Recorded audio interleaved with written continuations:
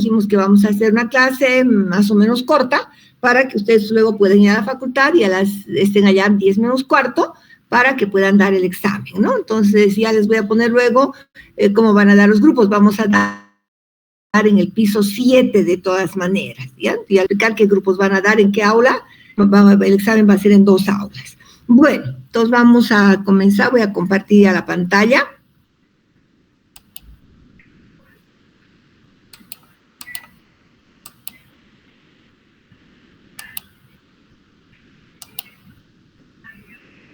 Bien, hemos visto el tema de taninos.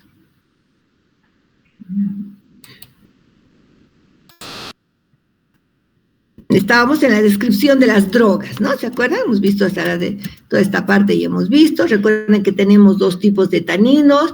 Los taninos que son los taninos hidrolizables o taninos gálicos o elágicos, y tenemos los taninos condensados, llamados también taninos catecólicos. Y los pseudotaninos, que en realidad son las moléculas precursoras de los taninos. Bien, hemos visto la diferencia entre ambos, sus propiedades, hemos hecho el ejercicio de cómo podemos cuantificar los taninos por el método de precipitación con polvo de piel, hemos hecho los ejercicios, ¿no es cierto? Hemos visto también las propiedades biológicas, entre las cuales recuerden que son muy buenos astringentes, muy buenos antibacterianos, cicatrizantes, y también muchos son vasoconstrictores. Hemos visto que también los taninos, al ser compuestos fenólicos, tienen propiedades antioxidantes también, disminuyen el colesterol e incluso sirve para prevenir la acumulación de ateromas a nivel de las arterias. Bueno, son los 2 grupos. Hemos visto las drogas que contienen taninos condensados, taninos hidrolizables, pseudotaninos, etcétera, y habíamos quedado, no sé si hemos visto esta parte de las agallas de roble, creo que sí que habíamos visto, ¿no? Vamos a hacer un repaso. Dentro de lo que viene a ser, sí hemos visto incluso el video que ya recuerdo. Dentro de los tipos de taninos, vamos a ver entonces agallas de roble, hojas de amamelis, ratania, catecú y corteza de granada. Dentro de los que son las agallas de roble, recuerden que son las agallas significa tumor, en el término, digamos, botánico, ¿no? Entonces, son tumores formados sobre las ramas de Quercus infectoria, debido a que estas ramas jóvenes se infectan, son infestados más bien por insectos, quienes depositan los huevos, y pues estos huevos, al momento que van ya desarrollándose en larvas, hacen que cambie el metabolismo alrededor, y hace entonces que comience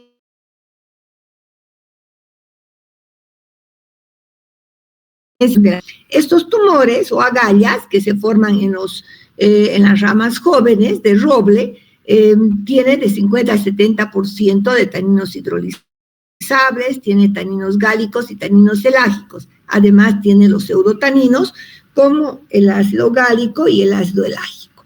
¿Qué es lo más importante? Que estas agallas de roble ya se utilizan fuente del tanino oficinal, del ácido tánico, que se utiliza incluso como estándar cuando hacemos cuantificación de taninos, de compuestos fenólicos, se utiliza como la propiedad más importante. Habíamos visto la amamelis, pues hemos visto un video, ¿se acuerdan? Yo estoy haciendo como un repasito rápido de esta parte porque ya la habíamos visto. Estados Unidos y Canadá, y tiene los 2 tipos de taninos, tiene tanto taninos hidrolizables como taninos catecólicos. A los catecólicos, chicos, recuerden, también se los conoce como proantocianidinas. Bien, las propiedades astringentes hemostáticas y incluso se utiliza también para el tratamiento de las hemorroides, porque recuerden que son vasoconstrictores también. Bien, la ratania del Perú es la raíz desecada de Crameria triandra, de la familia Crameriaceae. Es un arbusto pequeño que es originario de Chile, Perú y Bolivia. Esta ratania del Perú se caracteriza porque tiene de 10 a 15% más bien de taninos condensados. ¿ya? Tiene taninos condensados, principalmente proantocianidinas y prodelfinidinas. ¿Para qué se utiliza? Se utiliza mucho por sus propiedades antidiarreicas, astringentes, por vía oral y tópica, disminuye la fragilidad capilar. ¿Por qué? Porque tiene una actividad similar al factor P. ¿Qué significa esto? Que es similar al factor P, que también entonces tiene esta propiedad debido a que son derivados de flavonoides, de flavanos, ¿verdad? Bueno, también se utiliza para insuficiencia venosa cuando no hay un buen retorno venoso de la circulación. Y también para las hemorroides. Todas estas drogas que hemos visto sirven también para las hemorroides debido a que tienen esa actividad vasoconstrictora superficial, ¿ya? Ok, iremos a la corteza de granada. Todos conocemos la granada. La parte que se utiliza es el pericarpio desecado del fruto de Punica granatum, de la familia Punicaceae. ¿Cómo se presenta? En trozos pequeños. Esa cáscara, todo el pericarpio del fruto, se lava, se lo deseca y se corta en trocitos pequeños, ¿ya? Contiene 28% de taninos, ¿ya? Pero ¿qué tipo de taninos? Vamos a ver, que aquí hemos visto, corresponde al grupo de los taninos, más bien, ¿de dónde estaba? Pues aquí está, ¿no? Corresponde al grupo de los elagitaninos, es decir, va a estar en el grupo de los taninos hidrolizables, ¿ya? Bien, ahora, vamos a ver entonces las propiedades que tiene la corteza de granada, especialmente se lo utiliza como astringente, ¿no? O sea, servir la corteza, y es muy buen astringente en el caso de diarreas, ¿eh? Da muy buenos resultados por su propiedad antidiarreica. Bien, vamos a ver catecú o gambir. El catecú o gambir es el estrato acuoso que se elabora a partir de la área gambir. La de catecú o gambir es una planta más bien de Malasia, ¿no? Entonces, del oriente. Nosotros no la conocemos, sin embargo, sí tenemos en la zona amazónica de Bolivia, tenemos plantas de Uncaria, ¿no? Como la Uncaria tomentosa. Ustedes han escuchado hablar de la uña de gato, ¿no? La uña de gato también es rica en tanino, ¿ya? Bueno, pero este catecú o gambir es una planta más bien de viáceas. ¿Qué es lo que contiene? Contiene de 7.3% de catequinas y tiene ácido catetánico, que es el tanino principal. Fíjense, al llamarse catequinas y ácido catecutánico, más bien corresponde, acuérdense y anoten, al grupo de los taninos catecólicos o condensados, ¿ya? También tiene quercitina, que es un flavonoide, ¿ya? Tiene quercitina y tiene el gambir floretino, ¿no? Que son, entonces, en este caso, van a ser flavonoides. Propiedades: astringente, y ese gambiro catecú, cuando se mezcla con sales como aluminio, etcétera, da tonos oscuros. Por lo tanto, también se lo utiliza como tinte y como agente curtiente. Bien. Muy bien, esto sería respecto a las 5 drogas que hemos visto como ejemplo de drogas que contienen taninos. Recuerden ustedes que hemos hablado entonces primero de hemos hablado en este caso de las agallas de roble, hemos hablado de las hojas de amamelis, hemos hablado de la raíz de ratania, de la corteza de granada y del gambiro catecú. Bien, ahora vamos a ir a una segunda parte y hablaremos de las cumarinas, que es un grupo que también tiene estructuras cíclicas, ¿ya? Y corresponde a un grupo de heterócitos. Se llama cumarinas y sus heterócitos. Miren, esta es la estructura básica, a tener presencia, las cumarinas. Entonces, químicamente, las cumarinas derivan de la sulfapirona, cumarina importante, esculetina, umbeliferona y escopoletina. Vamos a ver qué propiedades van a tener el grupo de las cumarinas, ¿no? Como ejemplo, recuerden, cumarinas propiamente dichas, esculetina, umbeliferona y escopoletina, que vienen a ser un grupo de lactonas. Bien, estas cumarinas y heterócidos se han aislado unas 1000 cumarinas diferentes. La cumarina propiamente dicha, que es la que hemos visto, esta estructura, se la ha encontrado en 150 especies. Tiene un olor característico a heno fresco, ¿ya? Y lo vamos a encontrar en muchas leguminosas. ¿Cuál será, chicos? A ver, díganme, ese olor a heno. ¿Cuál será ese olor a heno fresco? Y además dice, se encuentra en muchas leguminosas. ¿El heno? ¿Qué es el heno? ¿Hierba fresca? A hierba fresca, bien, bien. ¿Qué más podría ser?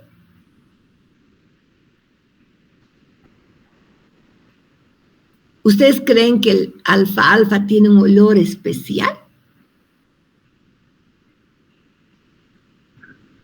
Sí. Sí, ¿no es cierto? Bueno, ese es el olor a heno, el olor a alfa, ¿no? Que nosotros sentimos cuando vamos por donde hay muchos alfares, o si ustedes han pasado por el mercado Calatayud, venden en una esquina alfa. Si uno siente un olor típico, ¿no? Y por supuesto el alfa pertenece a una familia de las leguminosas, ¿sí? Ese es el olor característico. Bueno, el interés terapéutico es limitado, venotónico y protector vascular.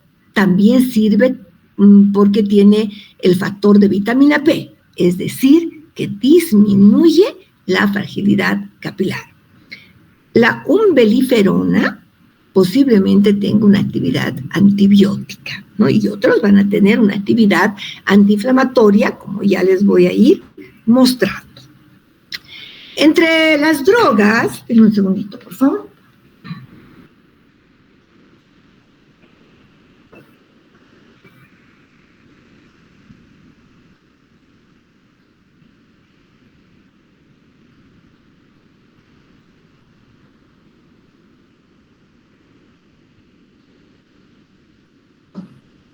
Ya. Entre las drogas que tienen cumarinas, tenemos a la abatonca. Miren, la abatonca, les voy a mostrar en el laboratorio, tengo todavía algunos ejemplos de abatonca. Son las semillas desecadas de Dipteryx opositifolia de la familia Leguminosae. Entonces, los frutos se recolectan maduros y son unos frutos así de color negro, ¿ya? Pero son, entonces, su fruto es una vaina, ¿no? Y estas ya son, digamos, están en las semillas, en el interior de las vainas. Bueno, ¿qué es lo que tiene esta abatonca? Tiene de 1 a 3% de cumarinas, tiene 25% de grasa. ¿Y para qué se utiliza? Se utiliza bastante en la manufactura de tabaco porque le va a dar un aroma especial, ¿no? Por justamente perfumería, ¿no? Utilizan en la perfumería, seguramente como fijadores, un poco del aroma. Bien, ahora, un grupo que todos conocemos el apio. Y si han visto alguna vez el fruto del apio, el fruto del perejil son similares, ¿no? ¿Por qué? Porque corresponden a la familia Umbelliferae.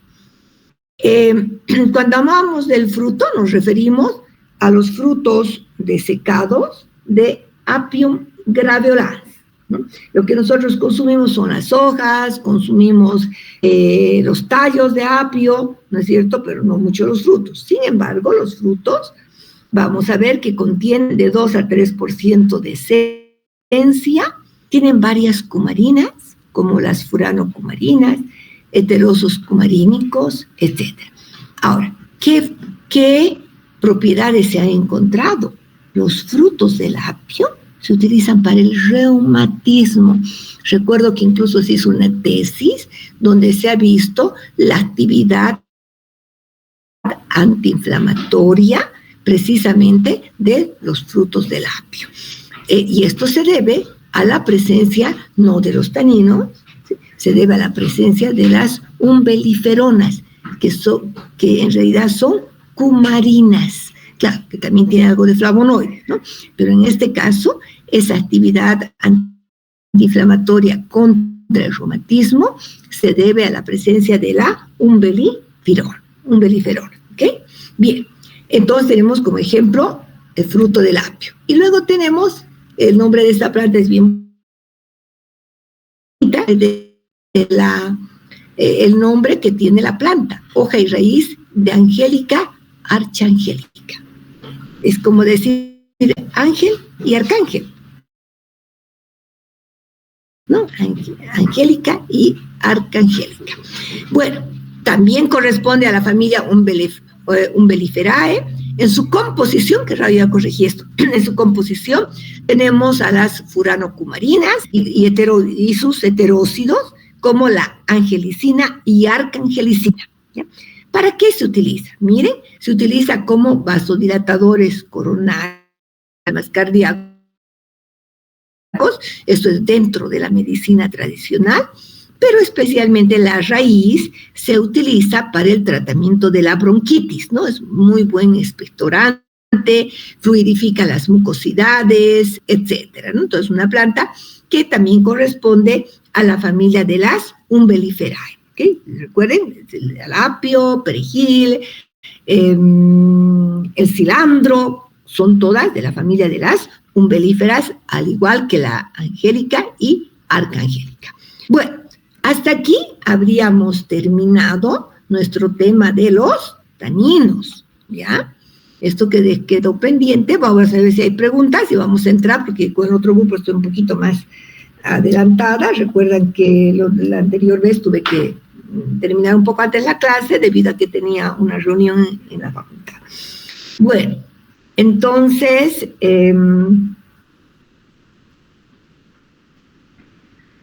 quisiera ver si tienen dudas, preguntas, por favor, jóvenes. Dudas, preguntas.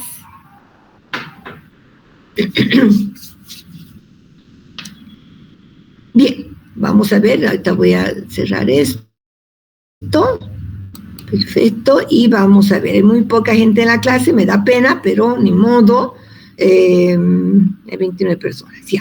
Bien, chicos, vamos a entrar al segundo tema, que es el tema ya número 14, que es el tema referido ya a las grasas y ésteres. Es un tema muy, muy bonito. Hoy día vamos a hacer la primera parte. Ya, recuerden que voy a terminar la clase a las 8:40, hemos dicho que tiene que estar 10 menos cuarto, ¿no? 10 menos cuarto hasta 10:30. Ya, voy a pasar clases hasta las... Dime. Sí, está bien el horario que nos indicó, eso quería decirle, doctora. Ya, está bien, ¿no? Entonces voy a pasar hasta las 9:10 más o menos la clase para que tengan tiempo, 1 hora de llegar, ¿ya? Bueno, no 1 hora, creo que un poquito antes voy a terminar. Bueno, entraremos a ver grasas. Es un tema, les decía, muy bonito. Vamos a ver esta parte. La primera parte va a ser un repaso, porque ustedes en bioquímica con la doctora Fátima han visto lo que son los ésteres, que son las grasas, etcétera. Pero ustedes me dirán, ¿pero qué esta doctora? ¿Por qué nos da bioquímica? No.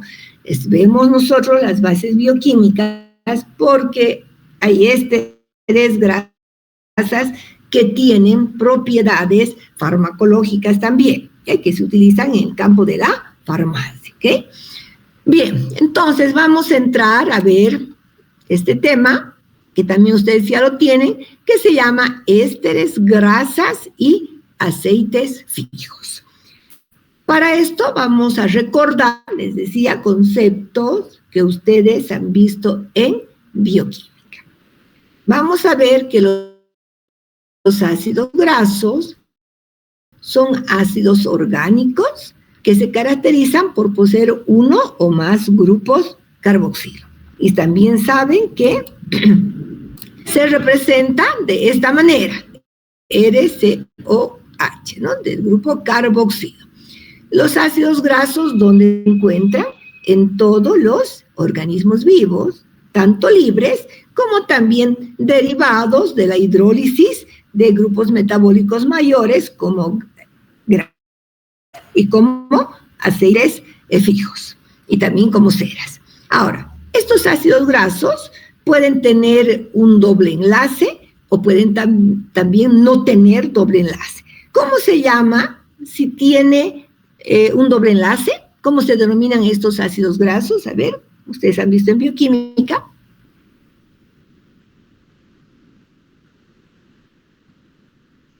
¿Cómo se denomina? Saturados. Saturados, saturados. Y si tienen un doble enlace, entonces se llaman... ¿Cómo se llama? Si insaturados. Insaturados. Muy bien. Eso es importante, por favor. Bueno, aquí vamos a ver la lista de los ácidos grasos más frecuentes. Los más comunes son aquellos que tienen un doble, son aquellos que tienen número par de carbonos. Número par de carbonos. Por ejemplo, el ácido graso más pequeño es con 2 carbonos, el caproico con 6, caprílico con 8, cáprico con 10, láurico con 12, mirístico con 14, palmítico con 16. En realidad, en los aceites y grasas vamos a encontrar principalmente desde el 10, más que frecuentes son, con un número de carbono de 10 hasta 16, 20, etcétera, ¿no? 16, 18. Bueno, tenemos el ácido esteárico con 18 carbonos. El ácido palmitoleico ya se llama oleico porque ya tiene un doble enlace, ¿no? Y lo va a tener a nivel del carbono 6, ¿no? Aquí tenemos, miren, tendríamos 5 más 1, 6. Aquí tenemos entonces, vamos a tener 5, 6. ¿Qué está mal esto? Tendríamos entonces 1, aquí tenemos 5, 6, 7, aquí tenemos el 7. Tenemos un doble enlace, ya el palmitoleico tiene ya un doble enlace. El ácido oleico, que sería también un ácido graso de 18 carbonos, tiene también un doble enlace. Y el ácido esteárico es un ácido saturado que tiene 18 carbonos. Luego tenemos el ácido linoleico. El ácido linoleico que va a tener, en este caso, tiene un doble enlace, y hemos visto. El quinoleico también tiene un doble enlace, y el linoleico también, ¿no? Que vamos a tener que tiene dobles enlaces, pero en otras posiciones, ¿ok? En otras posiciones. Bien, ahora, hablando de estos ácidos grasos, les voy a dar una pequeña tarea, siempre ustedes saben que es para ganar puntos. Quiero que me digan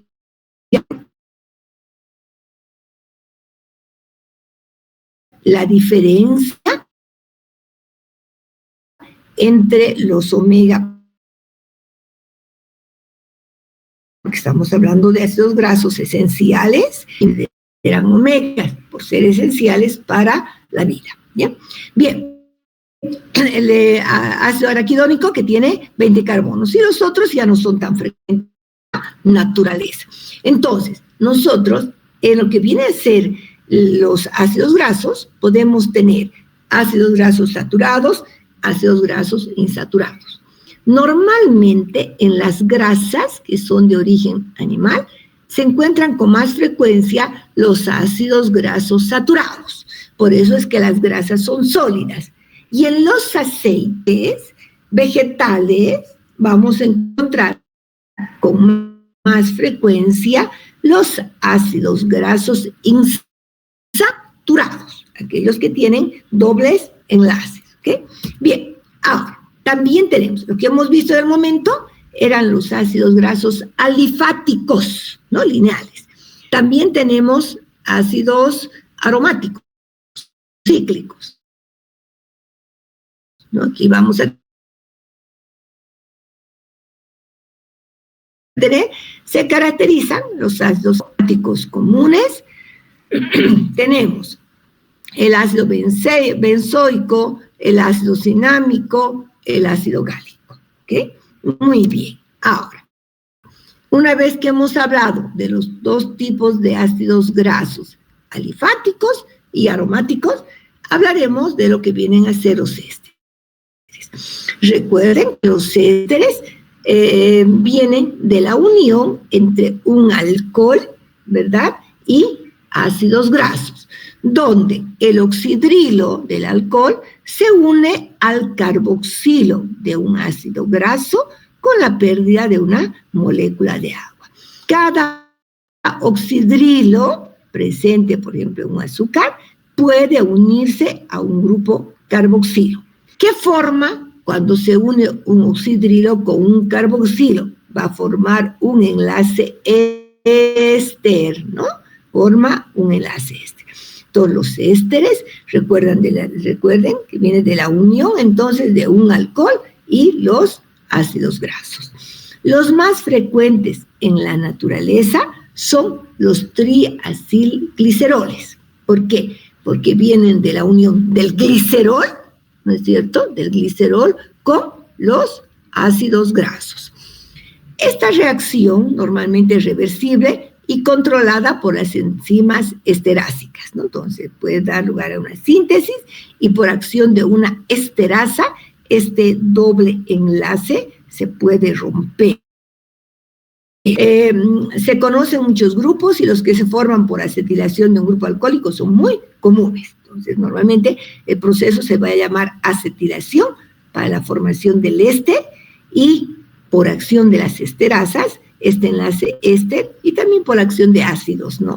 Puede perderse este enlace. Bien, entonces, una vez que hemos entendido el concepto de ésteres, vamos a definir las grasas y los aceites fijos. Ambos, tanto las grasas como los aceites, son triacilgliceroles, ¿no? Triacilgliceroles que seguramente ustedes han visto que los vamos a representar como TAG, ¿no? Triacilgliceroles. Otros los dicen directamente como triglicéridos, ¿no? Triglicéridos. Son las dos formas como se nombran los triacilgliceroles.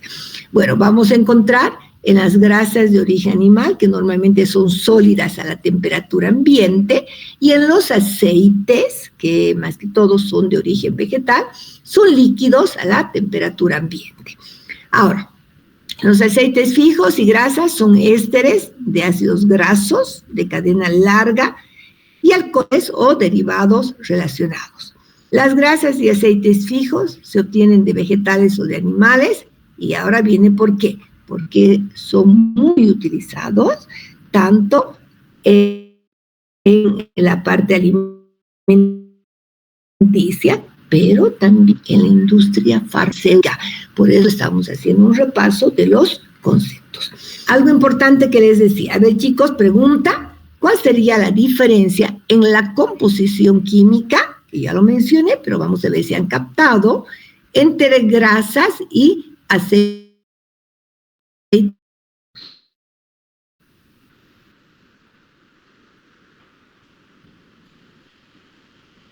¿Cuál es la diferencia entre grasas y aceites?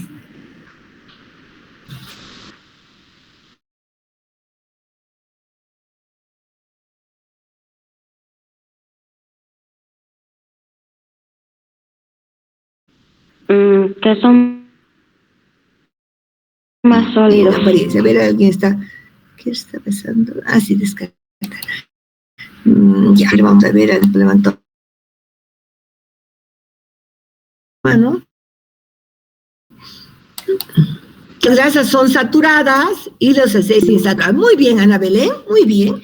Evidentemente, ¿no? Las grasas van a tener principalmente ácidos grasos, saturados. En cambio, los aceites tendrán de preferencia ácidos. ¿Qué? Ya, muy bien. Continuamos entonces.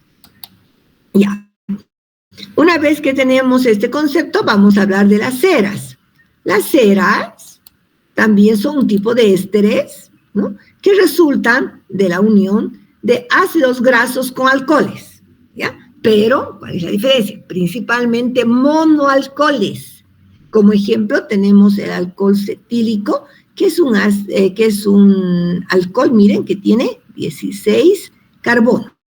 Pero es un alcohol, un solo oxidrilo. Este alcohol cetílico se va a un graso saturado, ¿no?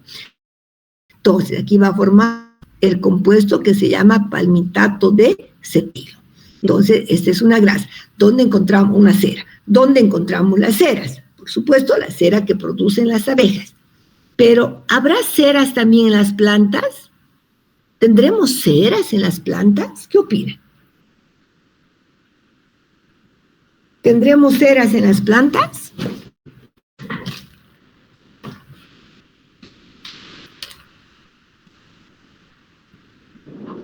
Doctora, buen día. Buen día. Sí, se encuentra, yo he visto en las hojas y en algunos pétalos de algunas flores. En los tallos también. En los tallos también, muy bien. Sí, tenemos cera. La manzana, ¿no es cierto? ¿Por qué brilla tanto la manzana? Porque tiene una cubierta de cera. Esas hojas brillan, ¿no es cierto? Tienen ceras, por eso brillan. Entonces, es una especie de protección que tienen precisamente estos vegetales, no todos, ¿sí? No están en todas las plantas, no van a tener cera, pero algunas sí, especialmente le van a dar un brillo especial, pero son moléculas que van a proteger a la planta del ataque de algunos insectos, por ejemplo. ¿Okay?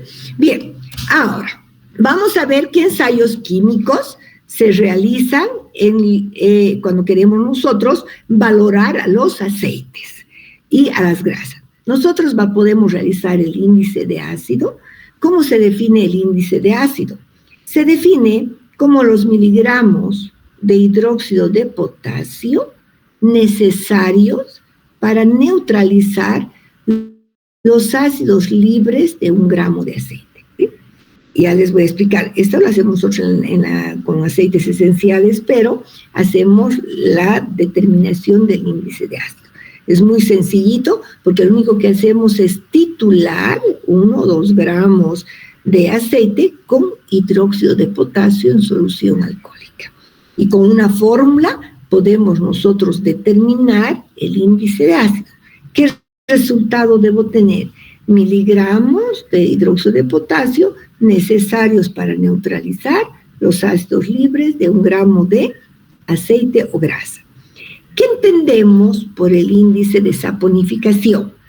Nos referimos a miren, es todo, miligramos de hidróxido de potasio necesarios para neutralizar los ácidos libres de 1 gramo de aceite o grasa e hidrolizar los ésteres en 1 gramo de sustancia. Entonces, va a ser todo. Se hace un tratamiento en calor para poder tanto neutralizar los ácidos como para hidrolizar todos los ésteres. Por lo tanto, el índice de saponificación me va a dar un total, tanto de el índice de ácido como los ésteres. Si yo tengo el dato de índice de saponificación y tengo el dato del índice de acidez, puedo calcular el índice de éster. El índice de éster es la diferencia entre el índice de saponificación y de ácido. Diferencia entre índice de saponificación y de ácido, muy simple. Utilizamos una fórmula. Índice de saponificación, la vamos a anotar acá. El índice de éster va a ser igual al índice de saponificación menos el índice de acidez. ¿Listo? Índice de ácido. Índice de saponificación menos índice de ácido nos da el índice de éster. ¿Okay? Luego tenemos el índice de yodo, que es una medida de insaturación del aceite. ¿Bien? También nosotros, si tenemos una grasa, podemos determinar el punto de fusión. Si es un líquido, puedo determinar la densidad, que son parámetros, en este caso físico-químicos, de pureza. Puedo hacer densidad, puedo determinar también el índice de refracción. Bien, entonces aquí vamos a hacer unos ejercicios, pero antes vamos a ver un video para que puedan entender los procedimientos. Esperen un segundo, vamos a descartar. Voy a salir de acá. Tenemos tiempito todavía para ver el video. Tal vez van a ver el video y el ejercicio lo vamos a hacer la otra semana, yo creo. Doctora. Sí, dime. Doctora. Sí, dime. Doctora, ¿será que nos puede dar tolerancia? Por favor, es que yo vivo en Sacabaya, estoy en el Trufi y se corta la llamada. Ya. No sé si lo podemos pasar después. Ya, por favor, bien. Doctora. Está bien, Silvia, porque quiero que vean bien el video para que puedan entender los ejercicios, ¿ya? Como nos faltaba 3 minutitos al tiempo que hemos quedado, quedemos aquí entonces, ¿ya? Vamos a ver, hemos quedado en índice de acidez, ¿listo? La otra semana continuamos. ¿Ya? ¿Está bien, chicos? Vayan nomás a la facultad con calma. Ya, nos vemos allá entonces, ¿sí? Buen día. Gracias, doctora, hasta luego. Hasta luego. Gracias, doctora. Hasta luego.